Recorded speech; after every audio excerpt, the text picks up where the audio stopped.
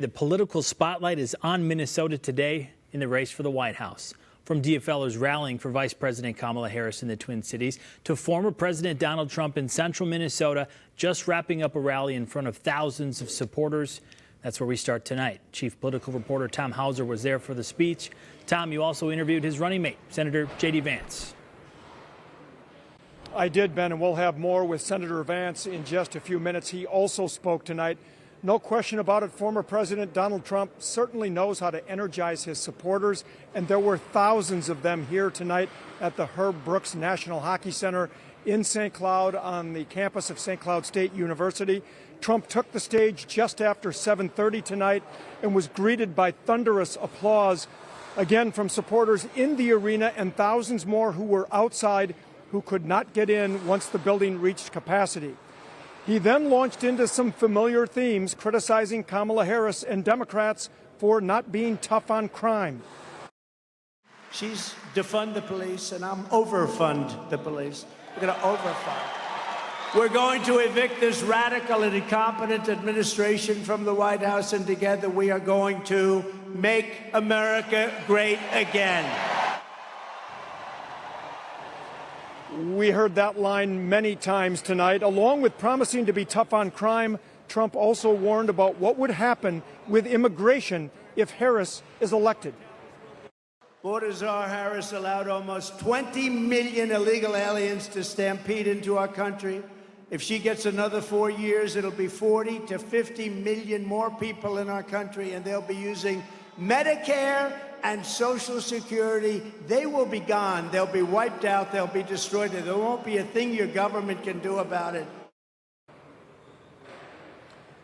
Now, Trump also occasionally passed along some misinformation that we've heard from him before, including saying that he called out the Minnesota National Guard during the George Floyd riots, not Governor Walz. He also said that every legal scholar wanted abortion laws to be decided by the states. That is certainly not true. But he also repeated many of the promises he made at the RNC last week about eliminating taxes on tips and also canceling the electric vehicle mandate. Now, before President Trump spoke, his running mate, Senator J.D. Vance, also spoke at the rally here today, and then he later introduced former President Trump, his running mate. And in an exclusive interview with 5 Eyewitness News, Senator Vance addressed a controversy about him that Democrats seized on this week. It's no surprise to you, Democrats have been criticizing you about a remark you made 3 years ago about childless cat ladies and people without biological children. There are many Minnesotans who might fit those descriptions. How do you respond to them if they may be offended by that? Well, look, I think Democrats are wildly taking this thing out of context, unsurprising. They're affirmatively lying about what I said. But set aside a quip that I made 3 years ago. I believe in protecting all of America's families, whether you're a step-parent or a parent. And I do really worry that Democrats have become a bit of an anti-family party. Has President Trump reaffirmed his support for you despite all of this dust-up? I'm going to see President Trump in a little bit. I talked to him earlier today. I talk to him nearly every day. President Trump is a great man, and he's a great leader. He and I are going to take this country back, and he's certainly been very supportive of me throughout this entire process.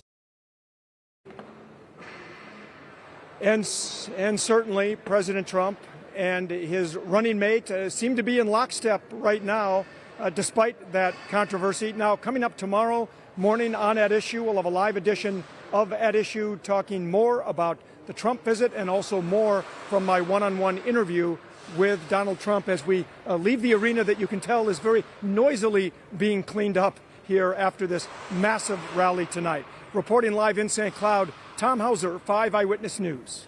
We'll see you tomorrow morning. Thank you, Tom. Just 2 weeks from the attempted assassination of former President Trump, security for today's rally was ramped up. Secret Service is encouraging him to hold all rallies going forward inside, but today on Truth Social, Trump made it clear he wants them outside. Richard Reeve gives us a look at the security from today's rally, as well as those against his visit.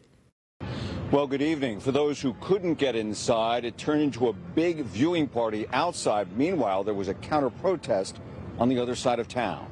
The plaza outside the Herb Brooks National Hockey Center was transformed into a Trump viewing party. Some of these folks had been waiting in line since Saturday morning. The lines extended for blocks. Ramped up security here Police, concrete barriers, and road closures. The crowds were enormous.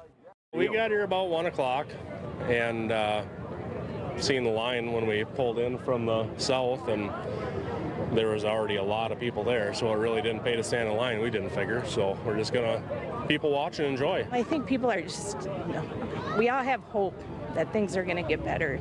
Our gas prices are out of control. The inflation is out of control.